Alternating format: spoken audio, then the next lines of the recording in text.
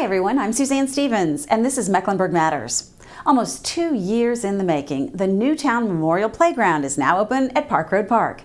Now this is the story of how a community came together, from the design by Pinewood Elementary School, to the volunteer construction process, to the moving dedication ceremony. Take a look at an amazing journey to an amazing playground.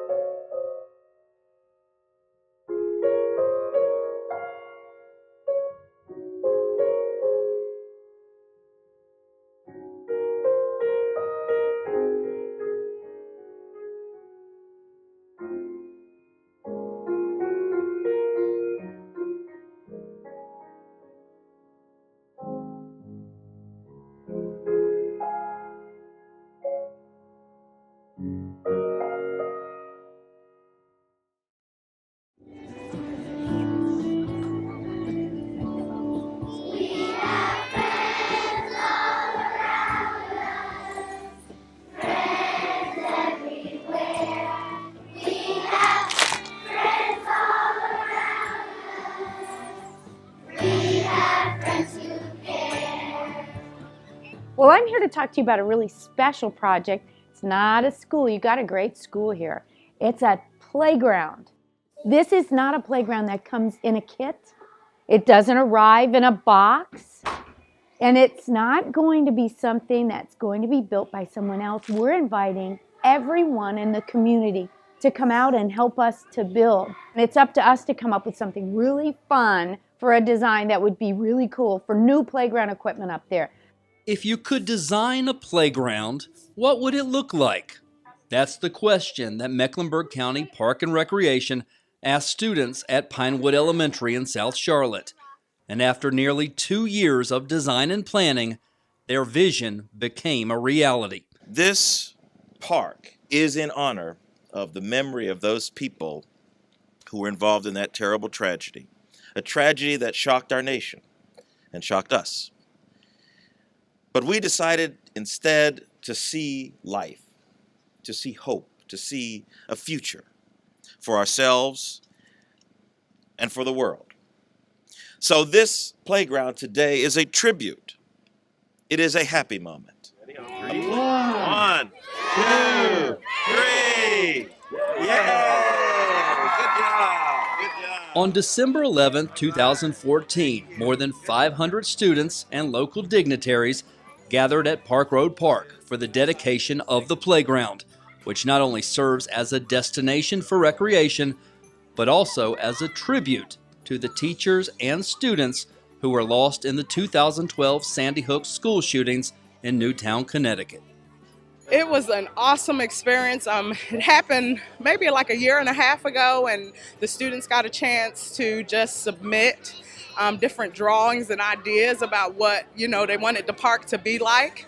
And I wanted them to come out and experience this. This is so awesome. And then Pinewood is just a one big family, and I wanted us to experience it as a family. It's really awesome because we get to play on it, and we're the ones who designed this park. And I was invited here today by a group of adults in your community who said, we want to do a special playground. So I'm meeting with you today because guess what you are? You are my panel of experts. And you're going to help me to design a really cool playground. You think you're up for it? Yeah! Yeah? Planning began in early 2013. Students grabbed pencils, crayons, and paper and put together some very creative renderings. Design Day always produces a schematic drawing, which is really a preliminary design that's based on the information that the kids share with me in the morning meetings when we brainstorm and talk about all the fun things that we want to see in a playground design. And so I take those ideas and I start putting them together piece by piece, bit like a puzzle, into a design for a new playground.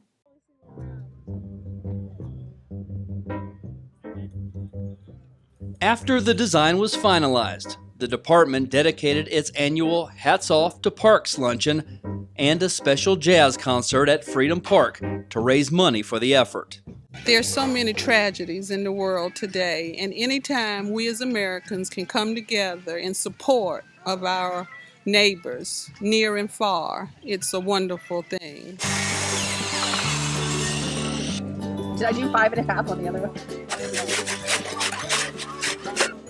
In October 2014, construction began. The department recruited hundreds of volunteers for the build, some experienced, some brand new, all committed to the cause. I work for Bank of America, and we have this volunteer opportunities throughout the year. And we saw this one and thought this is a great opportunity for us to get out here, meet some new people, build some friends, and obviously do a great job here with building this playground for the kids. Here in Charlotte, you can tell if you look around, there's literally hundreds of people here from 8 to 1 this morning, and then 1 to 5 we have a whole new crew coming in. So you're looking at possibly 1,000 people coming out here this week to help put their back into helping out make this playground a reality. Folks want to contribute to the community in a positive way, and this is a great opportunity to help us build the playground, clean up the parks, and just be a part of the fabric of the community. I grew up on this side of town, and I love this city. I love this park, and it's good to give back. I met a whole lot of new people, and it was great to be around them. I learned a couple of new trades, so that was good too.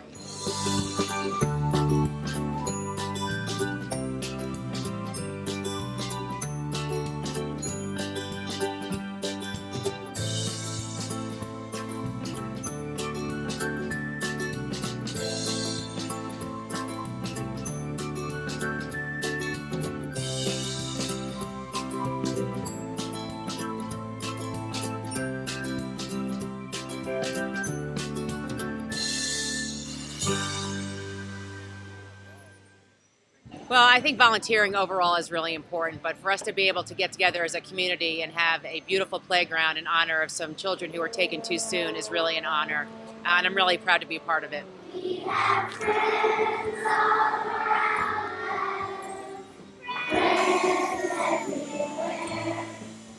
After only a week, the playground was complete. Its design, truly one of a kind, unlike any play area in Mecklenburg County.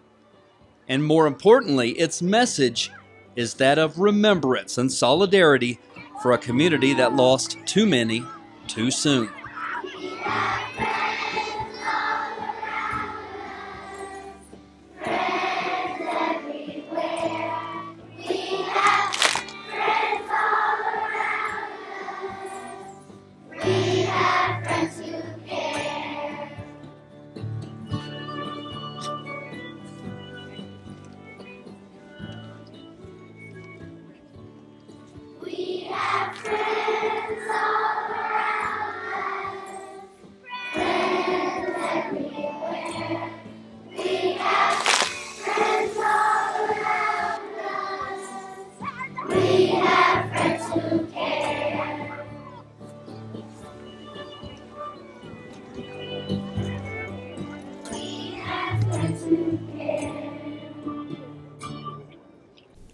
Thanks so much to everyone who made this special playground possible, and there are a lot of you out there.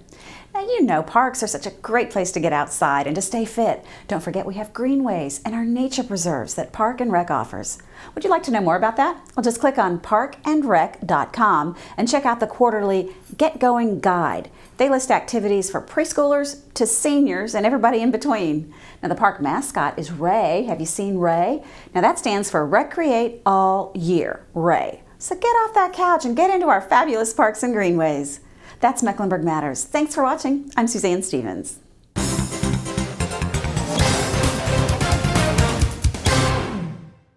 Mecklenburg County Park and Recreation isn't just great parks. Working out to stay fit. Hitting the greens. Exploring our county's nature preserves. Playing for the team. Or celebrating life's most important moments. It's all these things and more. Visit parkandrec.com to discover the adventures waiting for you through Mecklenburg County Park and Recreation. It's the natural place to be.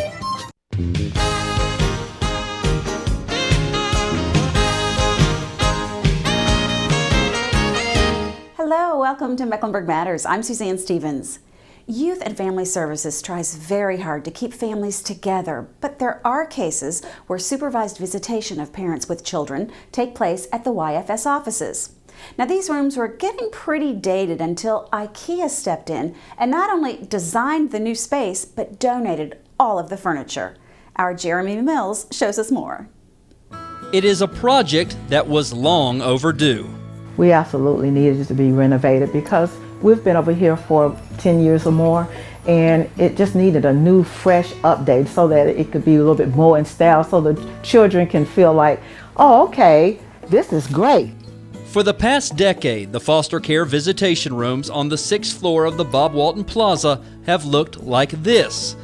These are the rooms where foster children maintain a bond with their biological parents through supervised visitation. Well, the outdated atmosphere is no more. This is what it looks like now. This is great. Everything that's wonderful about it is child-friendly, and I know the families are going to enjoy it. The whole thing was made possible through the help of IKEA of Charlotte. We definitely want to be a great community partner, and for us, children are the most important people in the world, so this project is a great fit for us. Not only did IKEA supply and assemble all of the furniture and the decor, it also designed the layout of each space. Rooms here are not large in size, but that's something that we're experts at. So we used our expertise to create a space that's great for the families to interact with the children. Our goal would be for the kids to have a great time with their family and be able to just continue to reestablish those bonds and do so in a warm and inviting environment. There's also one practical element to this renovation. The old carpeted floors are gone in favor of a more hygienic laminated tile. Oh, everyone, they love it. They think it's friendlier. They think that the colors are great. They think it's warm. They're just enjoying it already.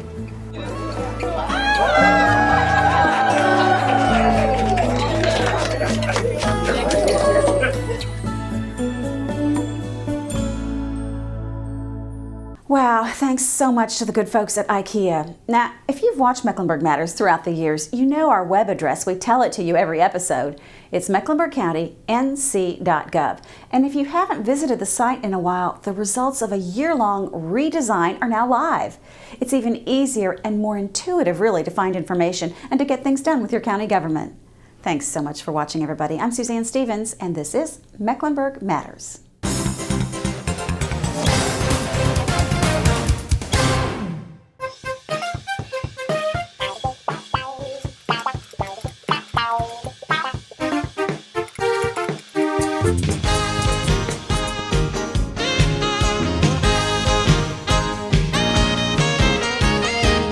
Hi everybody, I'm Suzanne Stevens and welcome to Mecklenburg Matters. Mecklenburg County has over 5,000 employees and they understand that serving the public is the most important thing they do. County Manager Dina Diorio instituted a program to recognize special employees who go above and beyond at work. The bar is very high, but Terry Stowers is our second winner now. Take a look at how she earned this special honor. Terry Stowers didn't know why Park and Rec Director Jim Gargis wanted to see her in his office, and the nerves really kicked in when the county manager showed up. Miss Terry Stowers, congratulations. You are our latest Above and Beyond at Work winner. I want to be the first to congratulate you. Well, she was carrying flowers, so I knew it was good. If she would have just walked in without flowers, I would have kind of wondered why she was here. But the fact that she took time out of her day to come here and recognize me, that really means a lot. Stowers, a division director with Park and Rec, has been with the county 17 years. She was nominated for the Above and Beyond at Work Award by Sandy Goodwin. Terry is a valuable resource to the county, not only to the staff, but to the citizens as well. And I think you could probably go into any of the centers or any of the programs that she's touched and they would tell you that. Stowers' recent list of accomplishments include the creation and development of the merger plan that brought the senior centers into County Park and Rec. Her hard work was also essential in the launching of the ActiveNet application, the new county reservation software that improves customer engagement and increases participation. She originally wasn't included on the project team, but insisted she could help. No, I would say it's safe to say that the application would not have launched had Terry not done that. I don't know how many hours they put in on this, but it was a lot more than 8 hours a day. and it was a big deal for us, and you know, Terry led the charge. And because of her efforts, she is now the second county employee recognized for going above and beyond at work. I try really hard. I do. I have a passion for what I do. I have a passion for the difference we're making in the community, and I love coming to work every day. Congratulations, Terry. Now, if you would like to serve your fellow citizens, you might want to check out employment opportunities with the county. Just go to mecklenburgcountync.gov and under County Departments, click on Jobs. Mecklenburg County is a rewarding place to work. There are great benefits here and it's a stimulating work environment.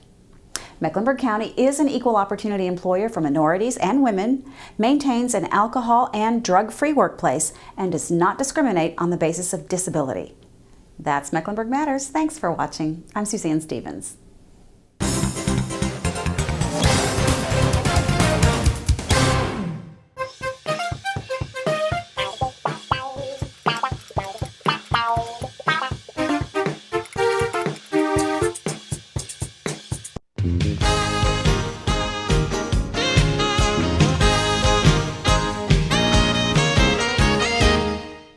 Welcome everyone, this is Mecklenburg Matters and I'm Suzanne Stevens.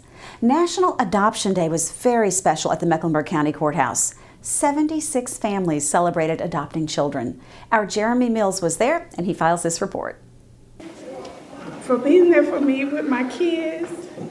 November 22nd will always be a special date for Emma Fox. On this National Adoption Day, the foster parent finalized the adoption of 4 children. They asked me, are you crazy for starting all over again?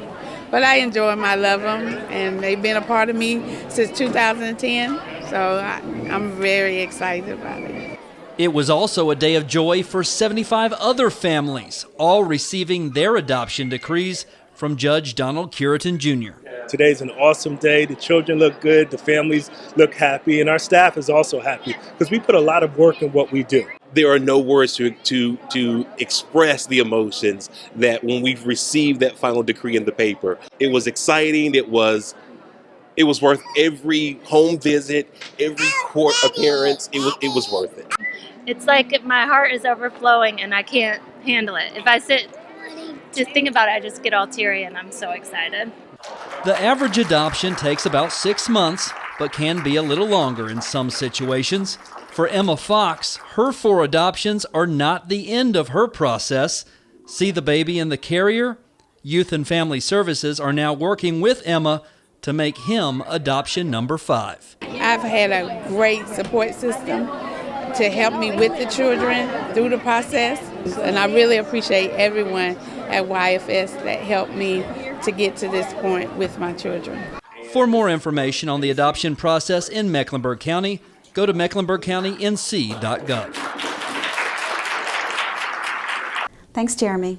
Now, could you possibly be interested in becoming a foster or adoptive parent? The county really needs you. And a great place to start learning about this is on the web at mecklenburgcountync.gov. It's under the Residents tab at the top of the page. It's all the part of the new web design that makes it so much easier to find information and to do business with Mecklenburg County right from your browser. And be sure to follow Meck County on Twitter for up-to-the-minute updates. Thanks for watching. And now you know that Mecklenburg matters. I'm Suzanne Stevens.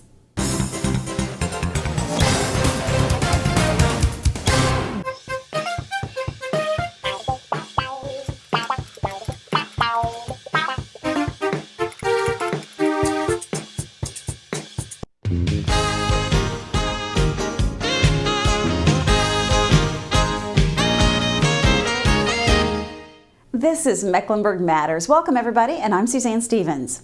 Inside a glass room in the main library in Uptown Charlotte, you can hear the whirring of machines. It's the sound of learning, and it comes from Idea Box. That's a maker space open to the public. Now the world of 3D printing is available to everyone who goes to the library.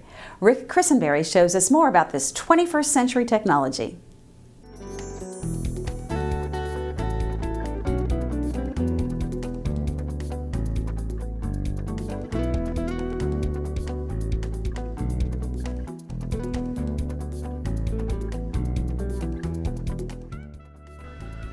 On January 29th, close to 36 residents got a sneak preview of the Charlotte-Mecklenburg Library's second Makerspace. First, you might ask, what is a makerspace? A makerspace is basically a 21st century reinvention of your high school shop class. You're given the tools, you're given the environment, you're given the training, you're given the collaborative space to actually build what you want to build and how you want to build it and with what materials you want to build it. Really, this space reflects kind of creation of things. And libraries increasingly are becoming creation spaces and collaborative spaces where people either individually or in groups create things, new things together. And then you would ask, well, if this is our second, where's the first one? In 2005, the library opened their first makerspace at Imaginon. This space was designed for children and focused on a lot of new technology and the creation of media.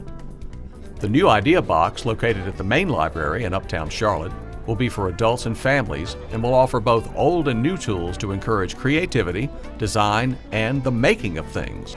Susan Patterson of the Knight Foundation explained why they were supporters of the Idea Box. In today's changing economy, more people are making things as their job. And makerspaces are a safe place for people to come and learn, experiment, and no telling what can happen from their ability to come and be creative. So we're excited to see this as part of the Charlotte Library because we think it will be easily accessible for a lot of different folks, and they'll come and learn and experiment and contribute even more to the city of Charlotte. Jonita Edmonds, manager of the main library, told us what the Idea Box would mean to patrons. Well, as you know, the library is all about access and knowledge. So this brings another access that we can offer our patrons, a very creative, innovative access, but a lot of the patrons here don't have that access, so it brings that to our patrons here at Main Library. The Idea Box opens formally on February 17th with classes offered and opportunities to create. For more information on Idea Box for hours, classes, and opportunities, call 704-416-0100 or visit cmlibrary.org/programs and search for Idea Box. Think outside the box, make inside the box.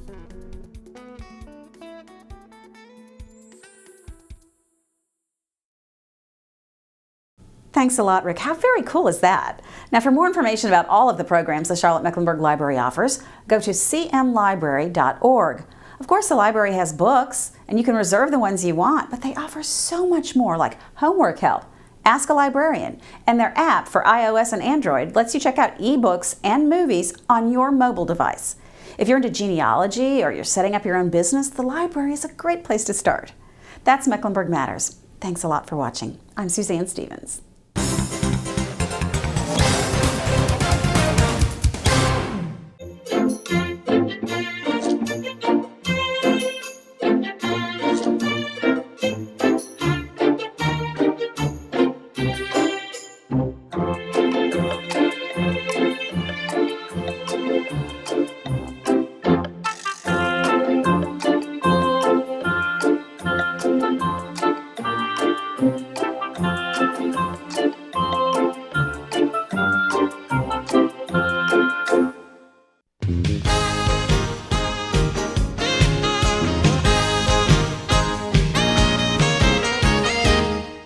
I'm Suzanne Stevens, and this is Mecklenburg Matters. Housing First Charlotte-Mecklenburg is committed to ending chronic homelessness by December 31st, 2016. Now, that's an ambitious goal, we admit that, but to get there, this year's annual homeless count took an added significance. Our Joe Travis and Jeremy Mills were out at the crack of dawn to file this report.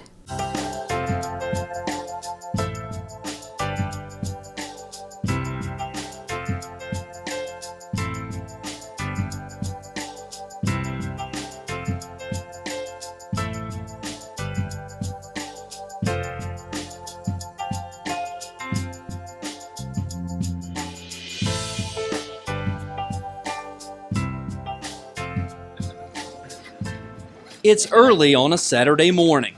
Volunteers are starting the third and final day of the annual homeless count in Mecklenburg County. On this day, the mission is to go back and recheck the camps that were canvassed earlier in the week. This campsite is just north of downtown, near the CSX rail line. We found this man. He likes to be called Red. I have nobody. Yeah. I have nobody. Yeah. A total of 250 volunteers came together to make this homeless count possible. We've been, meeting at 5 a.m. every morning, and folks have just been arriving energized, ready to go, courageous, openness to connecting with folks, willing to share their own vulnerabilities. It's been really beautiful, and folks are very determined, and folks are saying, how can I stay involved? So this isn't about a one-time event. This is about committing to the cause of ending homelessness. And I think the biggest thing is when you go out, there are a lot of people that are on the streets because they have mental health issues or drug and alcohol addictions, but there are a lot of people that just messed up. And so I think that it's really interesting whenever you go out there and you carry on a regular conversation and you realize that with just a little encouragement and some direction that these people can get off the streets if that's what they want to do. This year's event is not just about counting the homeless. It also served as an opportunity to create a registry of everyone in the area who may be chronically homeless. This is going to be a living, breathing piece of data where we collect every single person we identify in our community who's chronically homeless gets entered into that registry. And that is more complicated than counting. We're going to be asking a lot of questions. Getting up at 4 o'clock in the morning and being on a street at 5 o'clock to interview people who are homeless is not a glamorous volunteer opportunity. But this is such a giving community, and there are people are so committed to volunteerism that we have this huge turnout, 250 people, to do this survey over a 3-day period. And so we're just thrilled, and all of us who have been working on this are really energized as a result of it. Of course, the ultimate goal in this effort is to end chronic homelessness by December 31st of 2016. This goal was set by Housing First Charlotte Mecklenburg, a coalition of business, government, nonprofits, and educational institutions. This partnership, whom you will hear from today, will be here to announce our intention to end chronic homelessness by December 31st, 2016.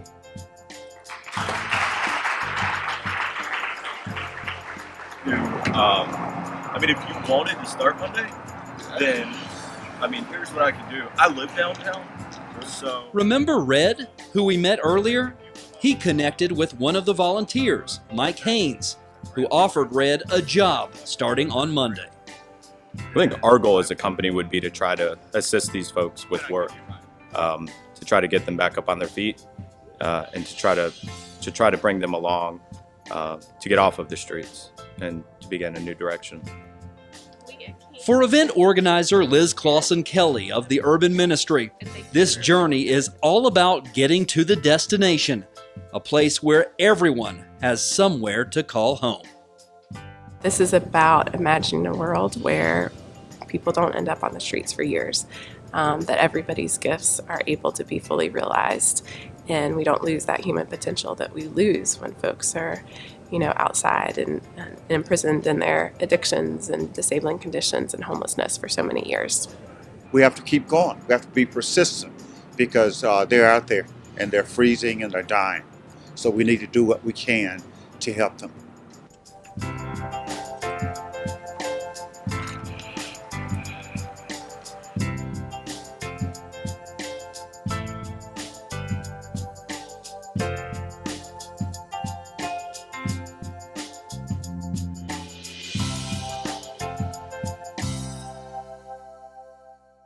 Thank you very much, Jeremy. Ever wonder how to find land records or apply for a BOCC advisory council or even get a business license? Hopefully you know about Mecklenburg County NC.gov. Well, click on the How Do I button on the front page to see how to find, register, check, watch, report, schedule every service we have in the county. It's all right there. That's Mecklenburg Matters. Thanks so much for watching. I'm Suzanne Stevens.